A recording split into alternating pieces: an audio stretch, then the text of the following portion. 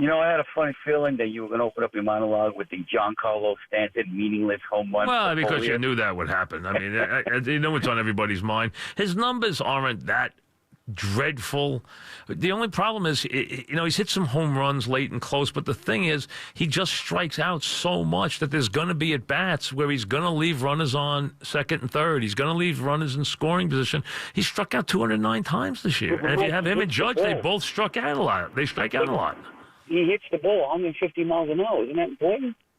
Well, listen, he did it. Listen, it's not like he doesn't hit any home runs. We know he hits home runs. I mean, the guy's got plenty of home runs. The question is he going to hit in the clutch? That's all. That's all anybody wants. We got to hope, Mike, as Yankee fans, because I got the feeling that.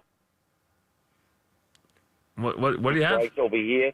One more time. I didn't hear you. Go ahead. One more time. I said, I hope that he adjusts to the American League style of pitching, because he's not going to adjust. He's a guy. He's a slugger. He's just going to try and hit the ball out of the ballpark. That's what he does. Do we have to endure another 8 years of this guy? I mean, is that possible that we can get rid of him?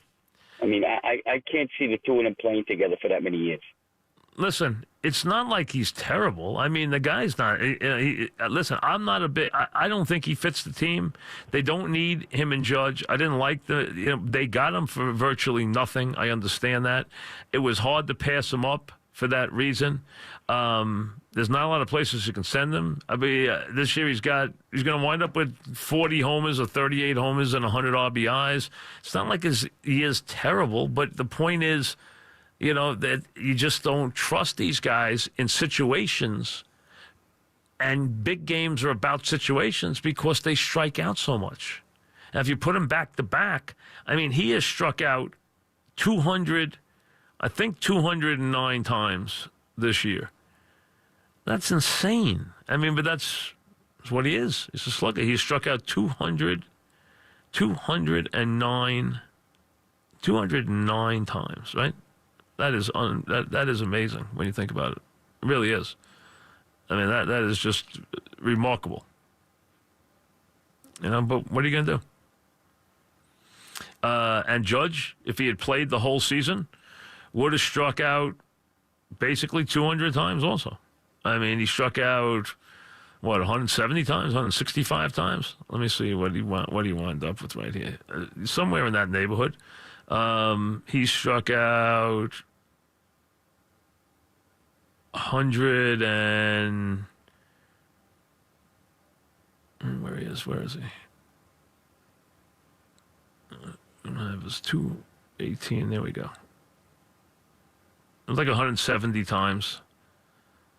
150 times in 406 at bats. So, I mean, the Yankees as a team, they have struck out a lot this year. I mean, they really have. I mean, if you go through their lineup, they got a lot of guys, and that's the difference. The Red Sox, they situational hit. The Yankees hit the ball out of the ballpark. They've got, 259? Now today, counting today's games, they might have over 260 home runs. I think they're right around 260 for the season. They're within a couple of breaking the all-time record of home runs. They can do it in the next couple of days. Stanton struck out 209, Judge 150, Torres 115, Hicks 108, Gardner 105, Andujar 98. Sanchez would have struck out 100, except he hasn't been up enough. Walker would have struck out 100 because he hasn't been up enough. So you would have 8 guys strike out over 100 times. That's a lot. Eric in Long Island. What's up, Eric? Mike, yes. Good afternoon, Mike. Just a question about the bullpen. I know it's still, I think, technically up in the air who the actual closer for this game would be, and even if Chapman, I think it's going to be Britton, from what I can tell. Here's my question: the Yankee bullpen is somewhat unique. That when everyone is healthy for the course of the year, they have a lefty closer and no other lefties. So they basically don't have a situational lefty. So my question is, even if Chapman was good, and even if he was down ready to close, in a game like this, isn't he the guy you want in the 7th inning when it's 2-2 and the A's have 3 lefties coming up? Well, There's no other lefty beside him in the the only problem I have with him is this: if you don't trust him enough to close, because you don't think he's on his game or you don't think he's healthy, so you don't trust him enough to close, you trust him enough to pitch the 7th or the 8th inning in a 3-2 game or a 2-2 game. That's the scary part, because you can lose the game right there too. Do I worry about him having one of those innings that we've seen this year? Well, you've seen it twice in big spots. You saw it in the Met game, where they still won the game by 1 run after he had that nightmarish inning. Then you saw it in the Red Sox game where they lost the game, where he twice had those games where he just lost it completely. So, we'll see. I would start Happ. I would have Severino ready to go because I think he's your guy you save as your guy you use as your safety blanket. You'll probably have you'd have 2 guys on the roster. I don't even know if I'd have to think of about whether I would use Tanaka out of the pen at all. I don't know if I would. I don't know how quickly he can warm up. I'd have to discuss that with him as to whether I'd even have him active in that game or not. I probably wouldn't. I would have Severino because he's already done it before and he's conducive to that. So I don't think I'd have CC. I don't think I'd have anybody else. And then I just have a bunch of relievers ready to go. But I'd have Severino as my long safety man in case I wind up, in a 2-2 tie game in the 10th inning. That's how I would play it. Vin in Babylon, what's up, Vin? Hey, Mike. Talking about Giancarlo, and yeah. It's not it. It's hard to say this about a guy that has 37 home runs, but it's just the quality of his at-bats. They're so feeble so often. I mean, 3 swings at junk, garbage. He gets out of there so quickly.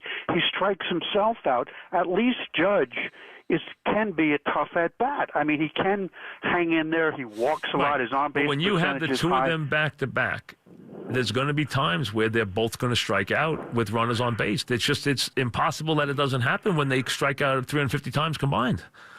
I totally agree, Mike. And, I love the Yankees. I'm same age as you forever. They're a little hard to watch with this style of baseball. No, it's a feast of famine. Listen, it's a feast of famine. And I'll tell you something right now. I'm leery. I'm really leery of batting those guys back-to-back in the playoffs. I would really like to put, if Didi's in the lineup, I'd like to put Didi between them.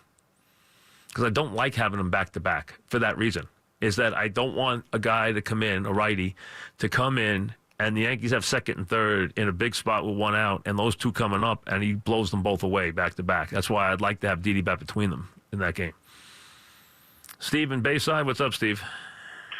What's up, Mike? It's funny. Over the course of the season, I think the guy that I want with the game on the line and men on base more than anybody else is Andujar. I say Torres. I know Andujar's been hot of late, and he really has become a very quality power hitter. If I just need a base hit, if I need a home run, I go with Andujar. If I needed a base hit, I still go with Torres.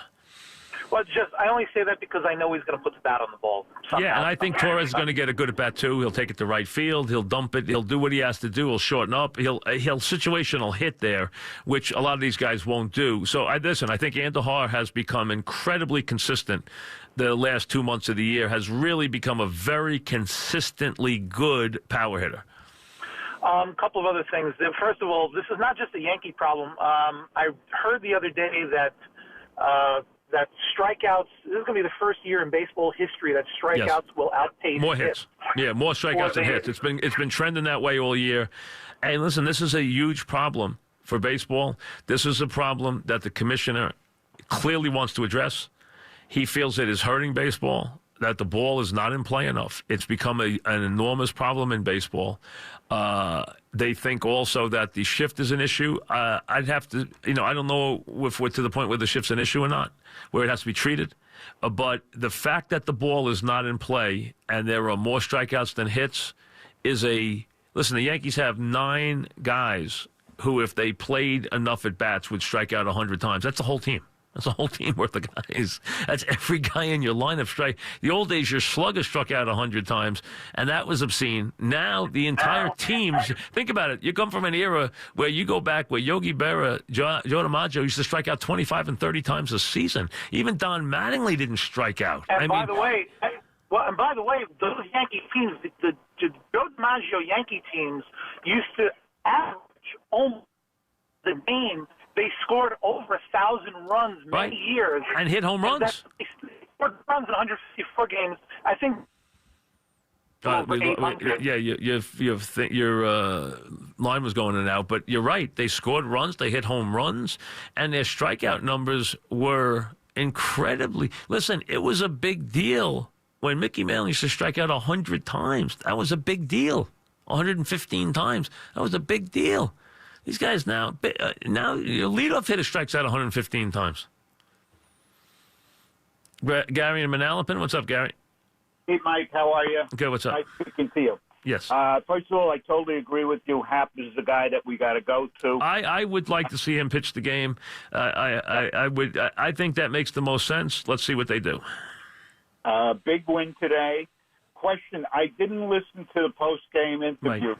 Did Boone say anything about whether he would bring back Sabathia on Sunday? I did not listen to the post game interview. I was watching the Kavanaugh hearing until the show started, so I did not hear him. I don't listen. Nobody's going to pitch any number of innings now. It's just setting it up for what they need. Right. So they're just going to set everything up for for next week, and just get everything ready. And their 1, 2, 3 pitches will be somebody will pitch the wild card game, and then the next 2 guys will pitch games 1 and 2 if they're alive. So that'll be it. That's how they'll be set up. So and CC would be set to pitch back at Yankee Stadium in the series. That he would be the 4th starter. Adam in Staten Island, what's up, Adam? Hey, what's up, Mike? What's happening? So with not much to enjoy as a Mets fan this season, I have to say last night's start by DeGrom was something special. Just brilliant. Yes. I think that if that doesn't lock up a Cy Young, no, I don't think there's any question. Does. I think he wins. I think he wins the Cy Young going away. Yeah, I mean, it's one of the great pitching seasons I remember in recent history. And, no question. And also, on a side note, to see Conforto have such a great couple of months and his numbers at the end of the season, I mean, try to look for the bright spots. You have to treat Conforto like he's real now. You have to treat him like he's going to do this next year. Yeah, I mean, he's got to come out of the box and play next year, though. He can't go 0 for 2 months. Well, do you think that was more to him not being ready from injury, or? I don't know. I don't know. The old adage in baseball is don't look at what you see in September, but I think in this case, it's not just September. It's August and September. Conforto has really gone wild. I would say in his last 30 games, Conforto has probably hit like 14 home runs or something. I mean, he's hit a lot of home runs and he's driven in a lot. Yeah, and listen, I think he's a 300 hitter. I know he's not a great fielder. But I'm telling you, he's got to be their second baseman next year. I don't want to hear anything about it. The guy is just a stone hitter. That's all there is to it. Do you think that the Mets have to strike a deal with DeGrom this offseason and get him a contract? Yes. It's a must. I think they have to give him a contract. I think he's earned it. I think here's what I want to do if I'm the Mets. 5 years, no more. I'll give him more money. I don't want to give him more than 5 years. I want to go 5 years, and that's it. And then I want to work on the money. Last 30 games, okay, 115 at-bats. Conforto has 32 RBIs. Yeah, that's unbelievable. That's a lot, and 10 homers. So that is a big performance. Anthony in Jersey, what's up, Anthony? Hey, what's going on, Mike? What's happening? I like to talk about the Ryder Cup. I don't know if you saw the pairings with Spieth and Reed. They're split up. I don't know if I agree with that. They've been a pretty good tandem, in the Ryder Cup. Listen, they were a great tandem. I gather that according to the guys that are golf guys that I talked to, that Reed and Spieth both decided that they wanted to try to play with Woods and Thomas. So if something happens, they would flip-flop the teams, and Woods would go with Thomas, and Spieth and Reed would go back together. So if they're not successful with this first 4-ball, that would be what you look for, is that them to go back the other way with Wood going with Thomas and Spieth and Reed going back together. But Reed really wanted to play, my understanding, with Woods, and that's the last 4-ball in the morning, which is going to get a ton of attention, playing against an interesting team of Molinari and Fleetwood. Fleetwood's had a great year, and Molinari is very, very steady player. One more thing on Tiger. Do you think any hangover from last week? I mean, Tiger Woods' Ryder Cup record is yet to be desired. Well, also, Tiger was emblematic, as was Phil, with what was wrong with the Ryder Cup. The American team, the idea that they needed 12 limousines where they didn't get along, while the European team was very friendly and they were all buddy-buddy and they were rah-rah. The American team couldn't stand each other. That's all changed now, according to everything everybody says. Let's see if that's true. Phil and Tiger played golf together this week. Phil tweeted out that Tiger played better than he'd ever seen him in his life. They're doing that event in Vegas over Thanksgiving. The challenge between the two of them. Phil's got to be just thrilled to be on the team. The core of the team, though, is Tiger, but even more than that, it's DJ, Spieth, Thomas, Fowler, Reed. That's the core of the team. And Koepka, he'd be the other one. That's the big six. Seymour and Neptune. What's up, Seymour? Hey, what's up, Mike? Yeah, Spieth, Thomas makes sense. They're good buddies. But, yes, well, Spieth and Thomas linked up, and I gather Reed wanted to really play with Tiger, is my understanding. Yeah, the rah-rah. But the Tiger Phil match, I'm really interested with the viewerships.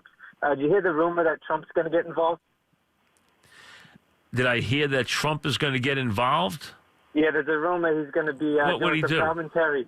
Doing some commentary. I mean, he'd love to do that, compete with the NFL, given the hatred towards the NFL. You think he's going to? I don't see him flying to. You think he's flying to France? I don't think so. I don't see him. I don't see Trump flying to France for this thing. I think he's got more important things to worry about. I'd be surprised. I don't care if he does. It doesn't make any difference to me. But I don't see him flying to France for this.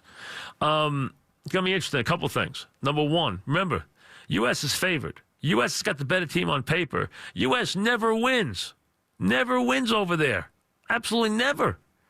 So let's see if they can do it. Number two, how big are the crowd? How crazy are the crowds going to be over there? How wild are the crowds going to be over there? Are they going to be as crazy as we think they will be? I mean, they're going to be, is it going to be wild stuff like the hooligans, or is it going to be a little more stated, a little more understated? I don't know. It's going to be interesting to see. It really is. I'm looking forward to it. I like the Ryder Cup. I like the whole idea of it. I like the strategy of it. I like to see, because there's a lot that goes into it from a standpoint of these guys, because there's a lot of pressure on the matchups. Just breaking up Spieth and Reed as an example. That team had been lights out. How about them not playing Poulter in the morning? I mean, Poulter is Mr. Ryder Cup. How about I'm not playing Poulter in the morning? I'm surprised by that. So from that standpoint, you look at all this stuff and you wonder exactly, the strategy and who's going to play well, who's not going to play well. And you go all the way down the list. Going to be interesting. Very, very interesting. And, it's, you got 8 matches on Friday, 8 matches on Saturday. You got 4 ball and 4-some, and then you got 12 singles matches on Sunday. U.S. needs 14 points to retain it. Europe needs 14.5 to win it. That's where we are. And, and the idea is play as a team, don't let the crowds get on you, and take it from there. So you got some guys like Poulter who are great Ryder Cup players, and you got some guys who have struggled at times. And let's be honest, in the era of Tiger and Phil, the U.S. teams have not been good. They have not been good. That's the bottom line. Back after this.